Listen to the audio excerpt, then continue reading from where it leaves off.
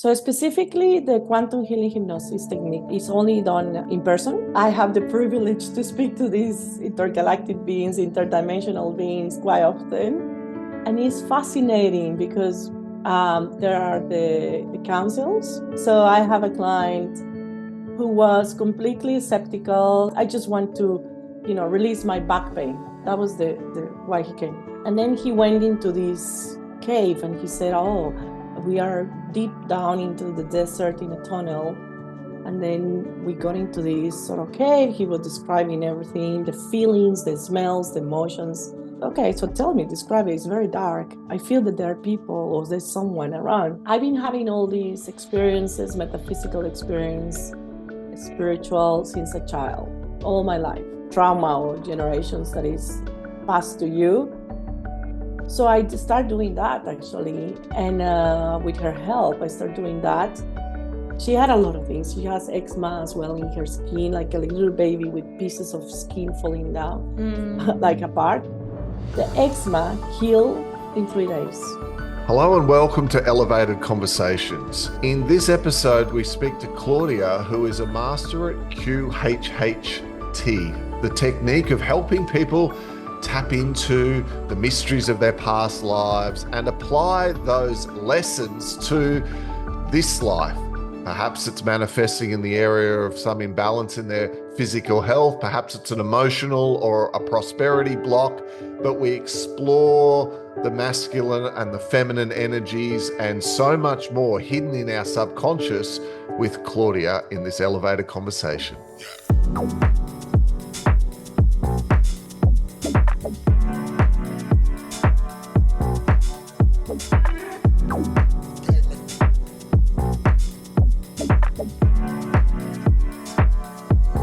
Claudia, welcome to Elevated Conversations. It's great to chat to you from Sydney, Australia today. Often we speak to people from all over the world, but we're really looking forward to hearing more about you, your journey, you working in a beautiful way of being of service to the planet, like helping to elevate the consciousness of the planet at this time of, let's call it the Great Awakening. So thank you for all that you do, and it's great to chat to you today. Oh, thank you so much, Pete and Roxy. I'm very pleased to be here. I'm excited. I always love to talk about all these topics. So when I get invited or allowed to speak, I'm just unleashed. Well, you're definitely allowed to speak today. And, before we went live, one of the comments that you mentioned was this beautiful resonance that you had with something that we said about we are souls having a human experience, and how, you found this to be certainly true for yourself, but for a lot of your clients as well. What do you say to people who might ask you, like, what's the purpose of life? Like, what are we down here doing? So yes, you are right. Your intro in your podcast, I think, is amazing. Like, we are souls having a human experience, and we often forget about that because we are so attached to the pain or attached to the worries and everything that is terrenal that we forget that we are a soul and connect within. So I'm do quantum healing hypnosis technique. I'm a quantum healing hypnosis technique practitioner. Also, I'm a hypnotist, Reiki master, and other techniques that is in the spiritual realm and holistic. And in that quantum healing hypnosis technique, you come with the questions to ask what do you want to ask to your subconscious mind. And the most popular question, I would say almost everybody asks, is about what is the purpose? What is the purpose that everybody has, everybody in their lives? So to answer you, Pete, the most common answer about what is the purpose to be here, it is to be. It sounds very simple, but it's to be yourself, your true self, and experience the human side of that, which are the emotions, and master how to manage energy. That usually is the summary of all the different, obviously that is expanded, depends of each individual, but it's just to be and learn about how to master these emotions, because it is a privilege, or they say it's a privilege to be here on earth and learn about emotions, because not all the beings around this cosmos can experience this. So that is to master how to manage the waves of emotions, how to master the energy and connect to our soul back. Thanks for sharing that. I want to have a breakdown of the QHHT process, if you can share with us and the listeners about what you're doing in these sessions to help bring out what's hidden maybe in the unconscious mind or their past lifetimes. And do you do that by distant healing through a call, or is it in person? And what are the ins and outs of the whole type of session that you're doing? So specifically, the quantum healing hypnosis technique is only done in person. It's a very long, at least 4-hour session. Wow. So it's a very long session. It is created by Dolores Cannon, and Dolores Cannon was a hypnotist, and she created this technique, and it's specific. And because I'm a hypnotist as well, so I can do long distance hypnosis sessions to reprogram your mind, to let go of limiting beliefs, and also other past life regressions. But the QHHTs, the beauty of this one is that connects you to your higher self or interdimensional beings or whoever wants to come. That is, for the greatest well of the person, and give some advice. So the process is in person. And in the first part of the QHHT is a conversation to understand more about the person. I'm not a psychotherapist or any psychotherapist, treatment. So these persons will come with a list of questions that they want to resolve. And why a list of questions? Because if you will have time to speak to your higher self, to this divine being that is within you, what would you ask? What is the wisdom that you want to get from inside to outside? So these are the questions, like, okay, if you go for a coffee with that higher being or higher self that you are, what would you ask? So these are the questions.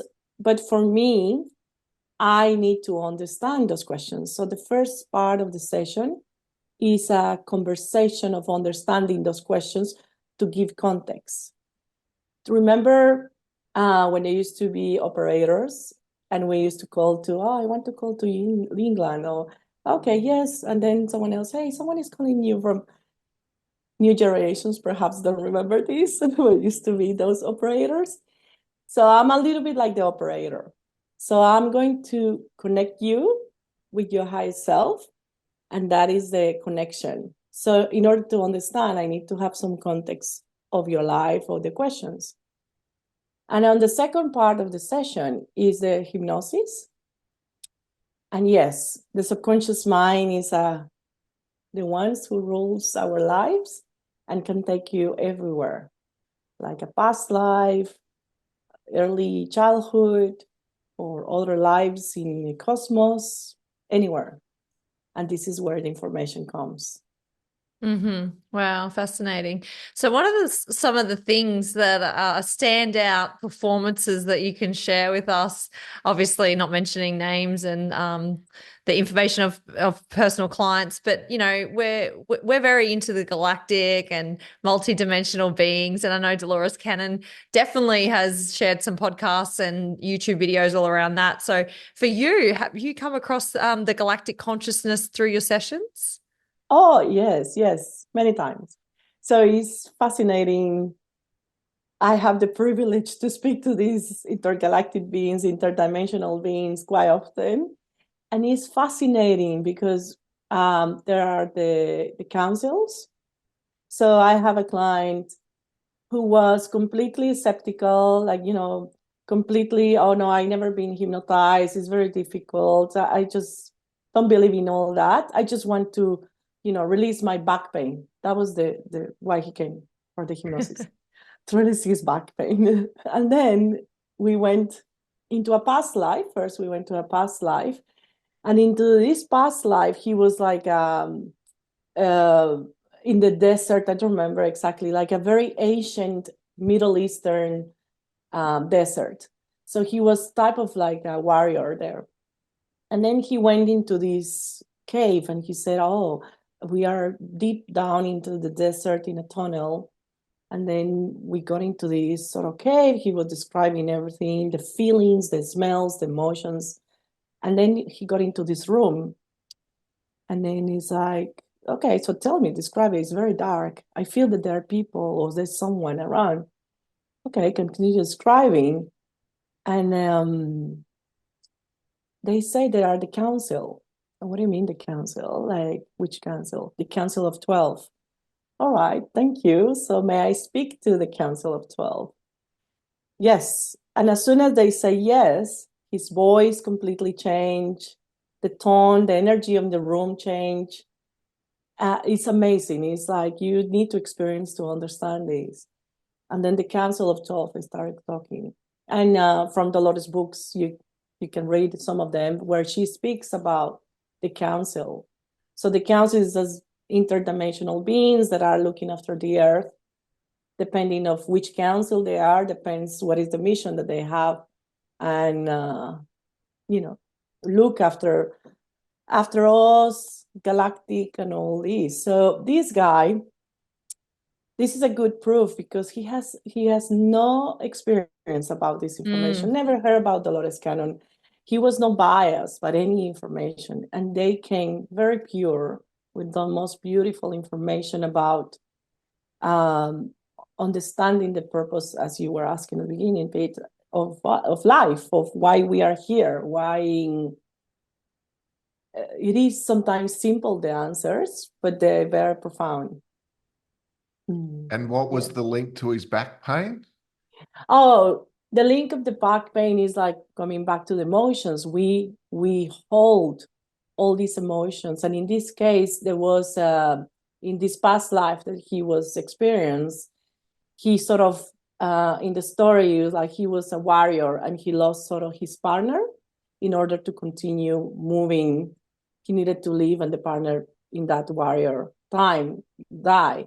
So his grief of losing that and carrying the pain of the, I didn't do it right, and then he carried that pain of I didn't do it right, I need to carry that, I was my fault, all the guilt. And in this life, that pain of that experience of emotion of losing, and he was responsible for someone else and he couldn't manage that, to understand, obviously from the past life, to let it go, that the partner had a mission and the mission was finished. So it was not his responsibility, and they explained why he needed to die in that time. And in this life, he was carrying the responsibility of the burdens of normal family, and he felt that it was his, and if something was not going on, he felt that the back pain, all the guilt. So the similar emotion, obviously without the grieving of losing someone, but the responsibility of carrying someone. I think a lot of males on the planet actually have that, that's a big responsibility. And with the rising of the divine feminine, it can be, a mix of emotions, really, when you come to feeling like, are you doing enough? Are you supporting the family enough? And then, powerful women stepping up into corporate roles and jobs and, finding their true north as well. So I think that anyone listening with back pain, is probably carrying the burden of, responsibility, or often sometimes not feeling supported. Correct. Yes. Yeah. Or in this case, it was not so much not feeling supported, was about I need to do it alone. I cannot ask for help. So I guess coming back, a lot of men can relate to that, like feel that they need to do it by themselves, and it's a sign of weakness to ask for help. Yeah. So for you, Claudia, how did you get into all of this? You obviously had an awakening and realized that you're probably more than just this body, and you're destined for great things and service. And we love hearing awakening stories. So what was your story like? So I'm a little bit mixed, like almost like I used to have like a two lives in quotation mark. I've been having all these experiences, metaphysical experience, spiritual, since a child, all my life. But because I'm a very Catholic background, it was like, don't speak about it, keep it silence, almost like tempting the devil, all these fear around it. But it was very natural. Actually, I was never scared of any of that.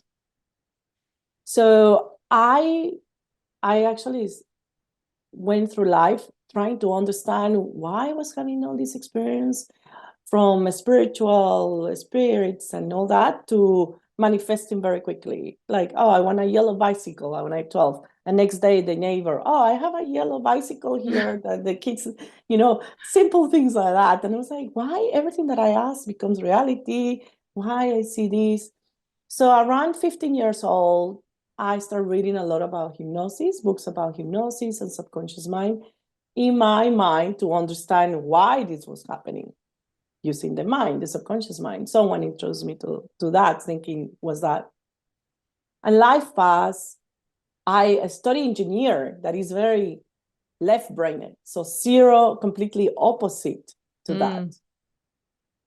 But I still fascinating to all the metaphysical. So I continue in the corporate world, very, structure, very left-brained, nothing related to spiritual at all, until my daughter was born. At that time, I was having a lot of issues in corporate world, a lot of stress, as you say, step into that. And my daughter was born. And through the pregnancy, it was the worst period in all aspects of my life. So I was collapsing, physical, emotionally, but yeah, collapsing. So she was born premature with a lot of issues. And the doctors, a few doctors and specialists, they wanted to operate her. And I didn't. I was like, how are you going to operate this little thing, like it's so fragile? And with no success, no success in the sense of they were saying, oh, this might help her, but it's going to help her. Like, was not very specific assurance. And I have this big intuition, and there were other doctors, yes, we need to operate her, we need to do this. And I didn't want it. I definitely didn't want that. And my big intuition was like, no, no, no. So I don't, if you're a parent or anyone who is a parent will understand, it's like you become more apprehensive when the kids are born. And my intuition was, no, no, no. So at the time I was working with someone, I'm friend now, but he used to be my mentor, about how to heal your body, because my body was as well a mess. Yeah. And that day I was taking this course, and then she was, pay attention, what is happening to you? Where are you? You are not present. Well, and I explained to her, like, well, I have this situation with my daughter. Everybody wants to operate her. She's not breathing. That was the problem. And she said, why you don't put in practice everything that you have learned, which was part of hypnosis with her, part of ancestral trauma or generations that is passed to you. So I started doing that, actually. And with her help, I started doing that. She had a lot of things. She has eczema as well in her skin, like a little baby with pieces of skin falling down, like apart. The eczema healed in 3 days after me doing the work, not the baby, like obviously. Me doing the inner work with her, eczema disappeared in 3 days. And then the whole process took a few months for her breathing to improve. But it was not a sentence, like, was not like she will be like that forever, She started improving daily, and then she healed. And I have as well allergies. I was breastfeeding. One day I ate egg, and she ate, and then she couldn't breathe, thinking it's the same thing of the breathing. And it was not the breathing. It actually was anaphylactic to my food. So she suddenly was anaphylactic to like a full-on of list of a lot of things. So all that healed within months, like really quickly. As an improvement daily. Like the expo was the quickest, 3 days. And then everything else would start improving. So that for me was the awakening. So, well, it's a process. What was the past life karma? I just don't understand what was that the bit. root Like, causal to attract Well, that? No, in this case, it was not a past life karma. It was just my own karma. So in the sense that I was going through so much stress. So we are energy, and everything is energy. And I was pregnant, and the body is so perfect. So I was going through so many emotions, stress. My body, everything was collapsing. That the body is trying. Okay, we have all this energy of stress. She cannot get sick because she's giving, having a baby there. So some of that energy, she was absorbing it. Yeah. The baby. She would have been in your womb. Everything that the Receiving all mother is that. going through, the baby's going to 100%. basically soak in like a sponge, Soaking, right? So yeah. she's obviously felt the stress inside the lungs. And then the skin, like the skin is very much and you can kind of share that with our self-image. Like how do we feel we perceive ourselves and how others perceive us? And that could have been like at work with how you perceive being pregnant, perhaps, or so the skin will respond in that way as a result. It's also separation. And I was, at the time, a family member, I have an argument with a family member at the time when I was pregnant.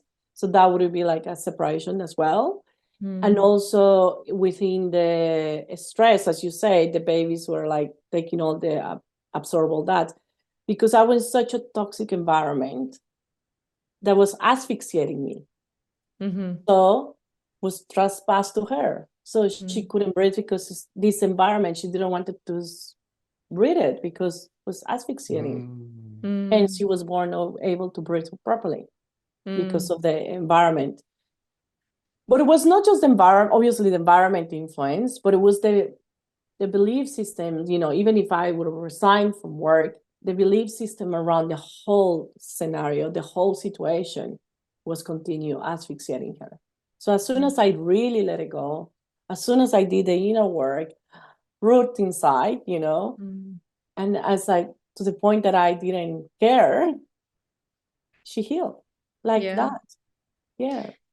It's so good that you like clued onto that and you took command of your ship to realize that the energy emanating from you was impacting the child, right? Rather than being that victim and, projecting, saying something's wrong, but taking responsibility and owning that and actually going deeper into it. Because a lot of us, in society today, we're always looking for the doctor's opinion about what's going on. And, I also know that when I process something for myself emotionally, I see the reflection in the kids that may have, been coded with that through my DNA, through my channel, through being kind of created in my vessel and my body with my genes. So I see the correction in their behaviors and their energy when we shifted, and we really noticed that when we had our awakening as well. Both of us doing the inner work, the kids are just so much happier and freer. They're a lot more high vibrational. They're cheeky and fun, and it's just really nice to see instantly the law of attraction, the vortex of the energy in the flow of the home change.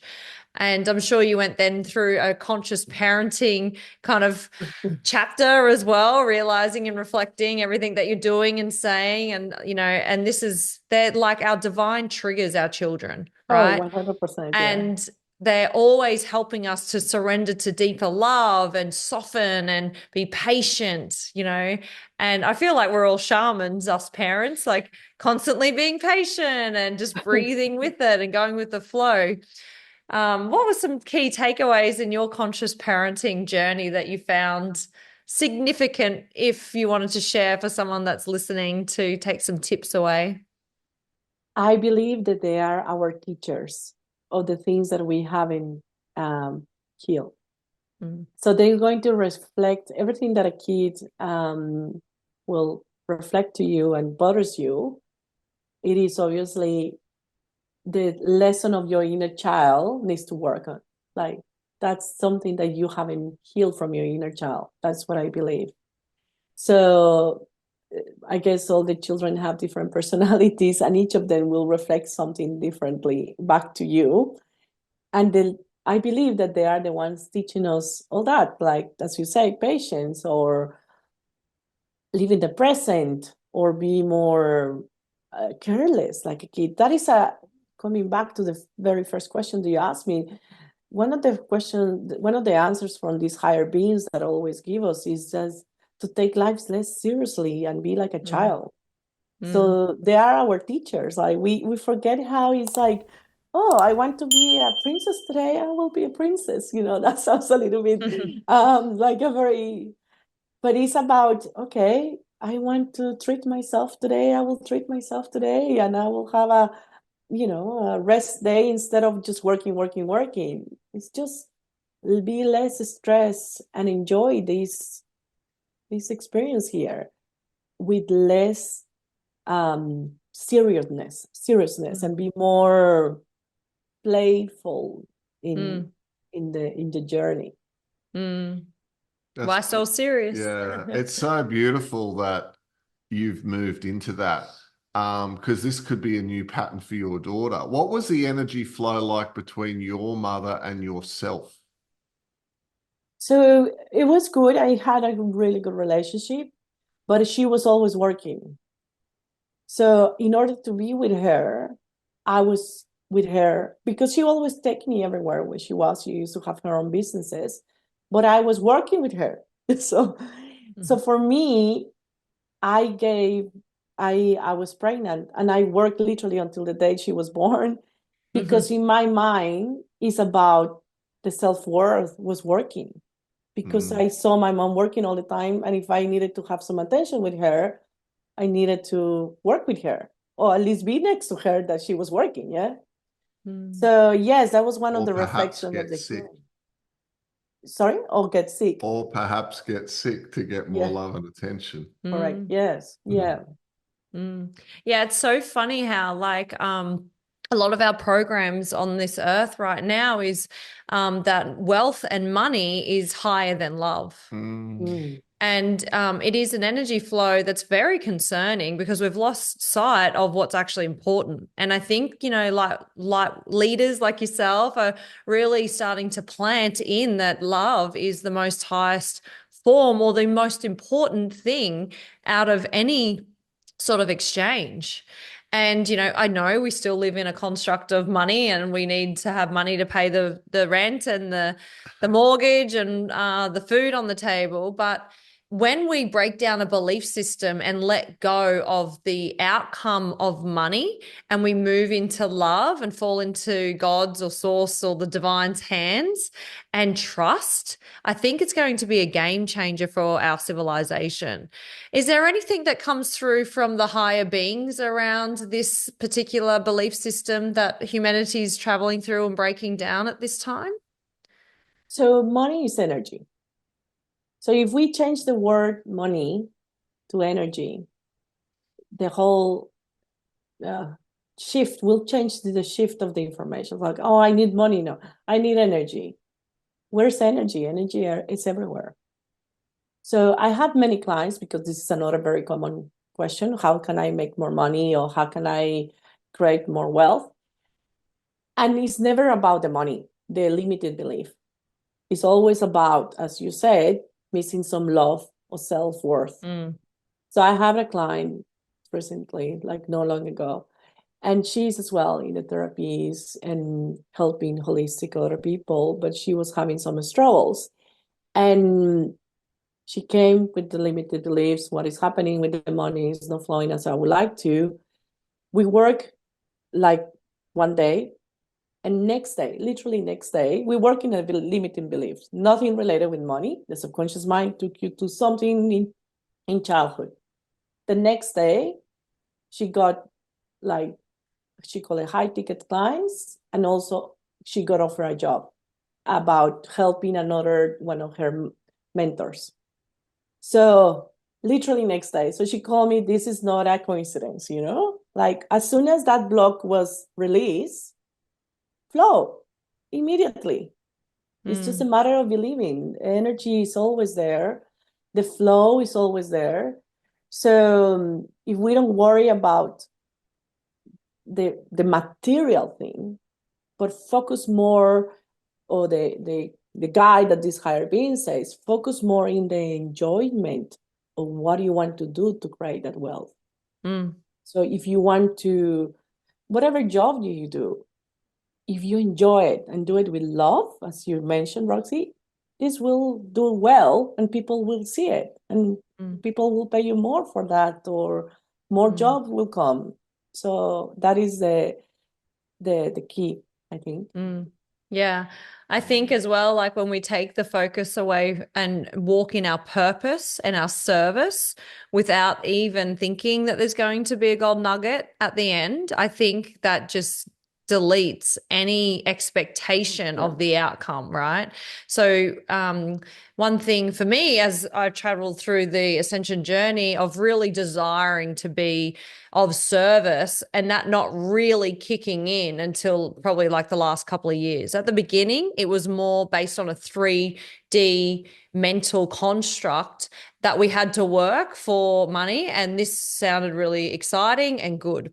But as soon as I changed the purpose and that was installed in my central nervous system, the feeling of the bigger picture as a light worker and working out that we're even light workers and, shifting out of insurance brokering into this woo-woo realm. But it's like, as soon as that was kind of imprinted and that memory of that, be in your purpose, not think in your head about the paycheck at the end of the week. That was a really big shift for us. And then the flow started coming in, that abundance, right? So a lot of the people always are looking and saying to the universe, how can I make money? How can I make money? Which is basically saying, I'm broke. Yeah. And you just keep getting that vibration. You stay on the same radio station. Yes, you're correct. This is the feeling, in the emotion is where you're going to get the flow. And that is a very common answer from the higher selves as well. Yeah.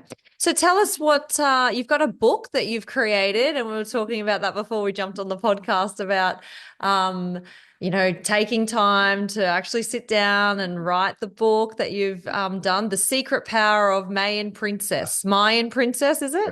Yeah. The Mayan Princess, yeah. Yeah, so share with us what that is all about, please. Yes, thank you. Yes, I'm excited. This is a past life regression that has been done to me. So it is about a Mayan princess in the Mayan tribe. It's a Mayan tribe, and she has this connection with this interdimensional being, which I'm not sure where she was from because the hypnotist didn't ask, but I think might be Arcturian or some beautiful lady, and the Mayan tribe is moving to another planet. And this is the journey of the Mayan planet. So sorry, from the Earth to another planet, of how the Mayan tribe is moving.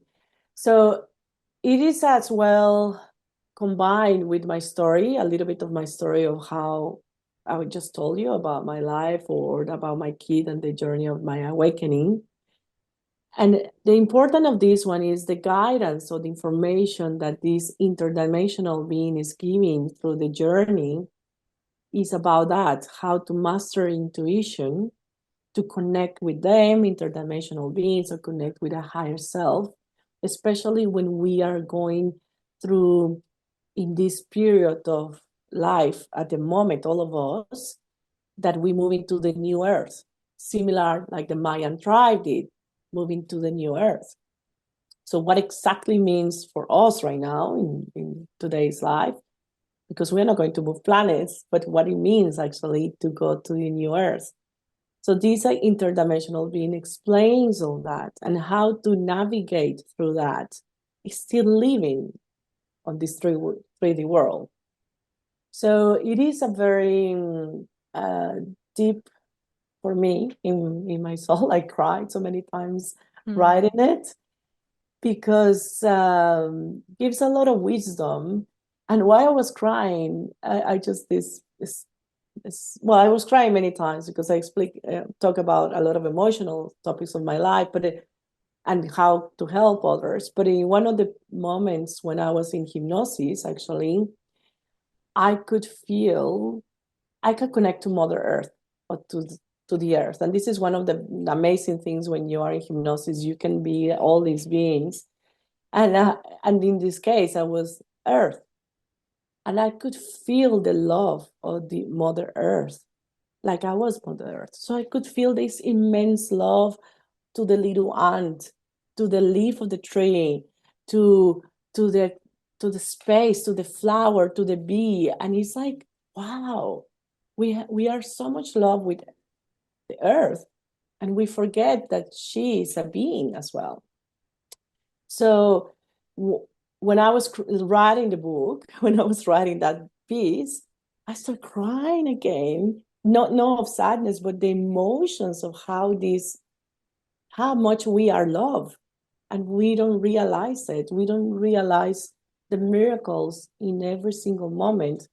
When we wake up, our body functions, we breathe, we exist. But when you see a bee, a flower, a tree, in the small things of everything that we keep forgetting. Sorry, I have my dog here.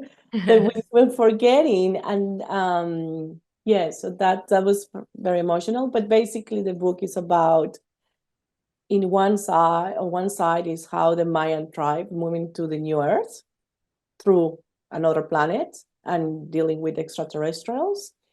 And on the other side of the book as well is about the story of the interdimensional being, explaining how we can actually work through that journey of moving to the new earth right now. Wow, sounds Yeah. so good. Congratulations. It's a lot. We've like we said before, we've attempted to write a couple of times, but the emotions, like when you're writing, it's like the emotions pour out of you again, and it's a slow process of unraveling. So well done. Thank you. It is a nice journey, and I love it. And I hope one of the feelings of why I did that is also to give it to my kids, for them to understand all this wisdom that is coming from the cosmos. And it's something that we forgot, many of us, how to tap into that. And it's easy. It's very easy. So From your experience, what have you had come up for people in terms of the Mayan civilization being either linked to Atlantean civilizations or Lemurian civilizations? Like sometimes people have different perspectives on how this might link to South America or the Mayans in particular. What's been your experience with people that you've taken through programs on that?